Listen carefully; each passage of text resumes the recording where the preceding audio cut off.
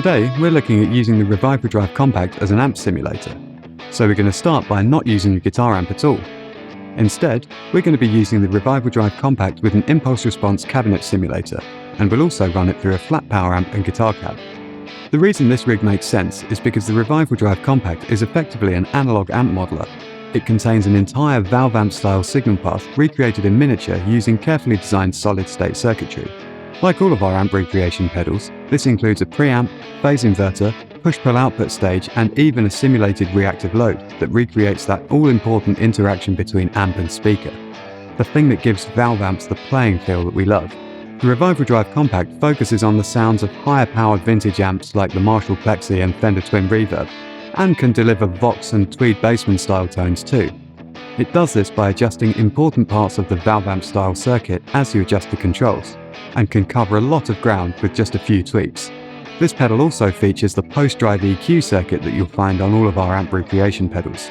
This adjustable filter allows you to interface the pedals with traditional amps, or you can turn it off altogether for use with power amps or cab sims. We'll start with it in power amp mode, which turns the filtering off, as we're running into a cabinet simulator.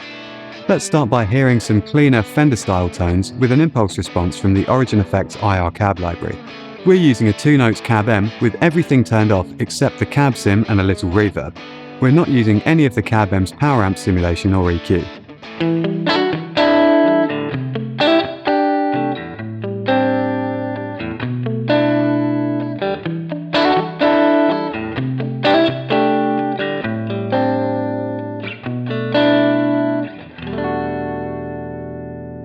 And now, let's hear a vintage Marshall style tone with a 4x12 IR.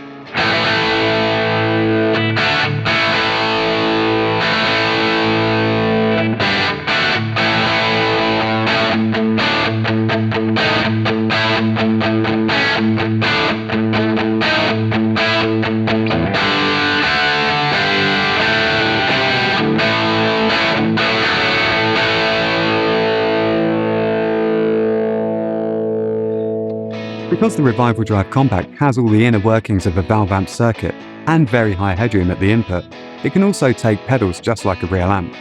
When deciding signal order, the RevivalDRIVE should be considered as your amp tone. Anything you put before your amp, like fuzz, compression and drive, should go before the RevivalDRIVE. Anything you might place in your amp's effects loop, like delay, reverb and some modulation pedals, should go after the RevivalDRIVE. So let's hear that clean tone again, this time with a Cali 76 compressor and a low-gain bluesbreaker style tone from the Halcyon Blue Overdrive.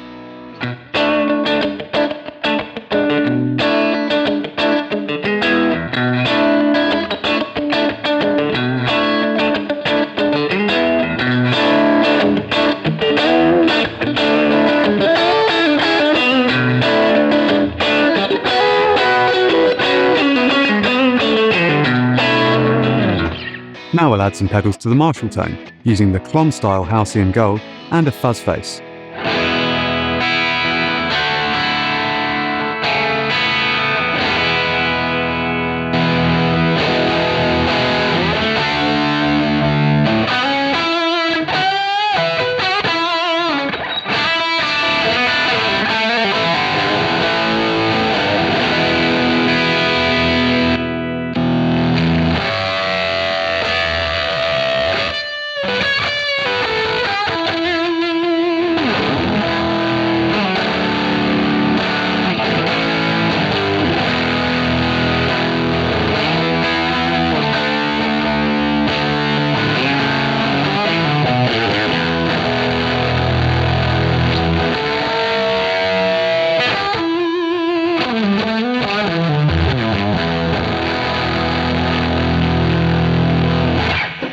Next, we're going to disable the reverb in the cab M and add our own reverb pedal in the form of a Strymon Flint.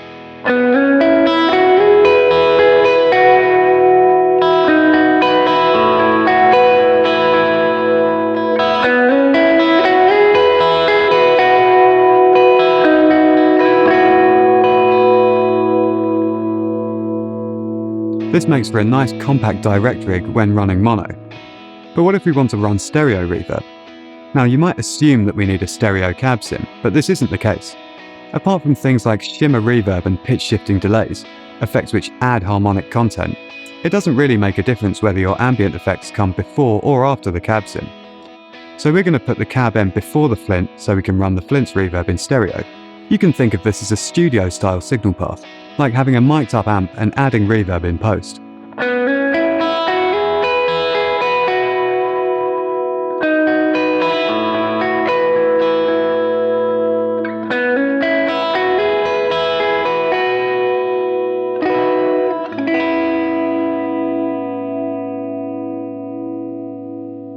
Now let's try a couple of more traditional applications. First, into a power amp and cab, a real-life version of what we've been hearing so far. For this tone, I'm going to switch out the RevivalDRIVE Compact for an RD Compact Hot Rod, a higher gain hot-rodded version of the RevivalDRIVE Compact.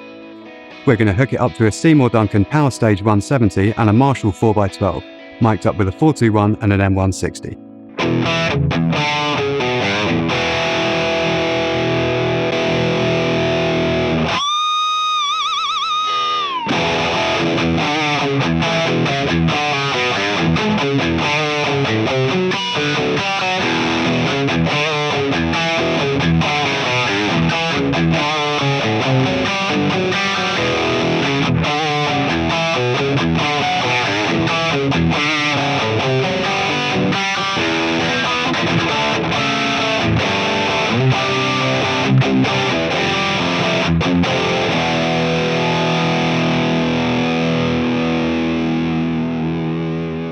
And finally, let's check out the RevivalDRIVE Compact into a typical guitar amp, using the pedal's post-drive EQ.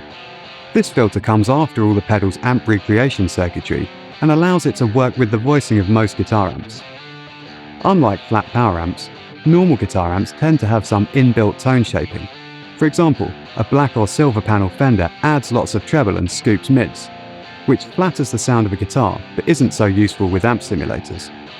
To balance this, the RevivalDRIVE adds mids and cuts treble, so that it sounds as close as possible to what we heard with the cab sim and the power amp. EQ1 mode caters to Fender-style amps, and EQ2 is for darker, warmer tone stacks like those in Marshall-style amps. Just select the right mode for your amp and tweak the adjust control to fine-tune the sound to taste, adjusting the shape of the filter. We're using a Fender Princeton reverb with the post-drive EQ in the EQ1 setting.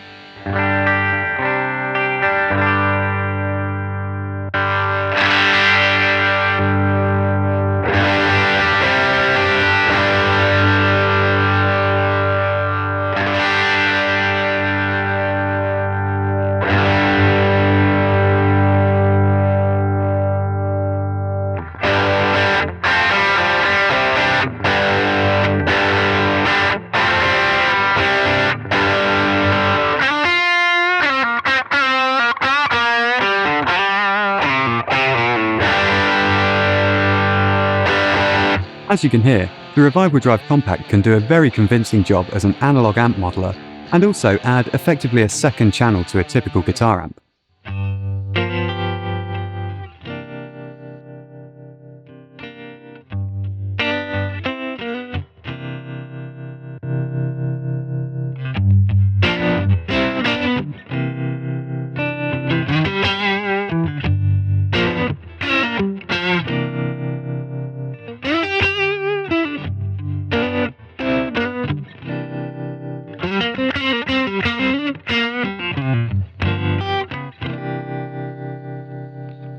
You can find more information about this pedal and our other amp recreation pedals at origineffects.com.